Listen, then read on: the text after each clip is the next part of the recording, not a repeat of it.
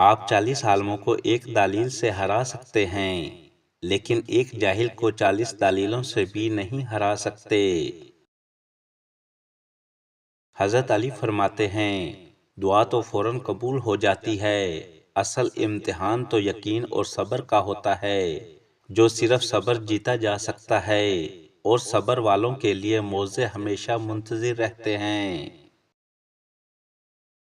جب کوئی اللہ کی قربت چاہتا ہے تو اسے چاہیے اللہ والوں کی صحبت اختیار کرے۔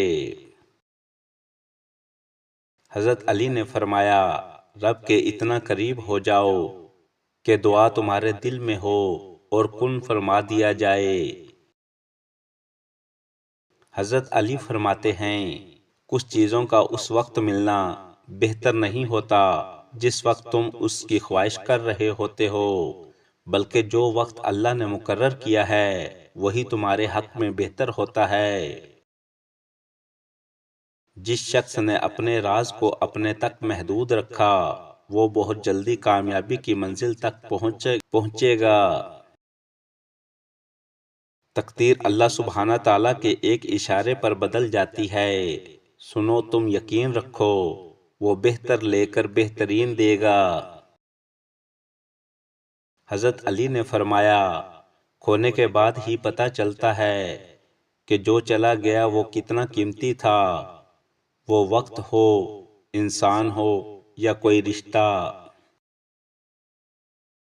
ہم اللہ کے ہاتھ میں قلم کی مانند ہیں، وہ جیسے چاہتا ہے ہمیں لکھتا ہے، ہم سب ہی اس کی سرگوشیوں پہ چلتے ہیں۔ حضرت علی فرماتے ہیں، اپنا ہر غم اللہ کے حوالے کر دو، کیونکہ کوئی سنے یا نہ سنے، اللہ تو سنتا بھی ہے اور جانتا بھی ہے۔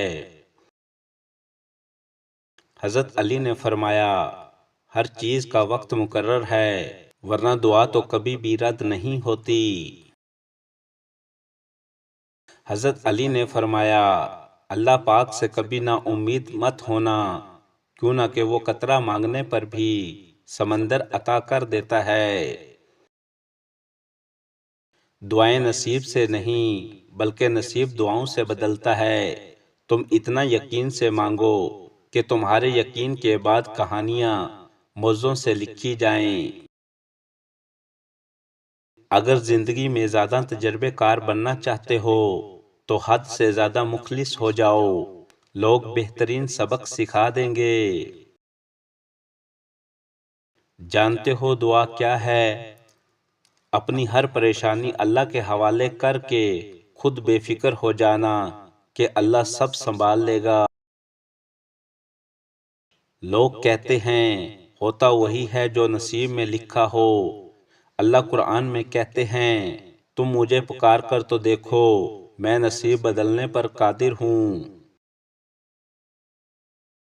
حضرت علی نے فرمایا، خود کو جب دنیا سے بیزار پاؤ، قرآن اٹھاؤ، دل سے لگاؤ اور رب کے ہو جاؤ۔